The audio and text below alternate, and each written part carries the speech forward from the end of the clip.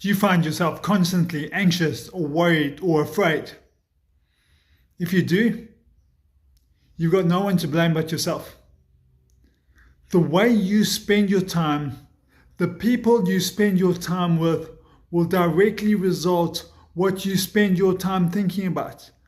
No one other than you gets to decide what occupies what happens in your mind.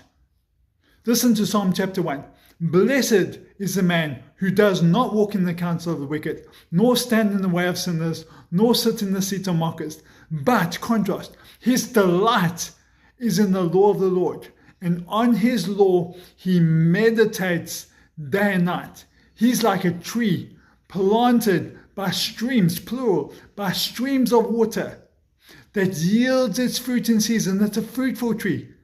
Its leaves do not wither. When the sun is scorching, its leaves don't wither. In all he does, he prospers. The wicked are not so, but they are like chaff that the wind blows away. That husk around the corn, it's blown away. The husk around the wheat is blown away. What occupies your mind is a direct result of who you're spending your time with, who you're walking with, who you're standing with, who you're sitting with. What you are meditating on. No one can determine what goes on inside your mind except you.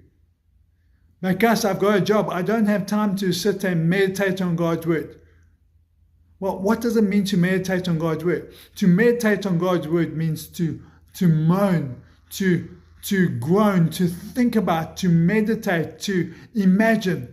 Or like a cow. A cow ruminates. A cow has 4 stomachs. Imagine being a cow having to live on grass. It chews the grass and it swallows it. It chews it, and swallows it. Then regurgitates it and chews it some more and swallows it and does that 4 times and gets everything out of it it can and then defecates the grass. It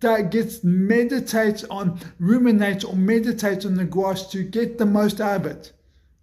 That's what a man does when he meditates on God's word. But I've got a job. Well, you've got time to worry. You've got time to be anxious. The time you spend walking with people, the time you spend standing with people, the time you spend sitting and being comfortable with people, the time you spend, what occupies your mind is entirely your choice.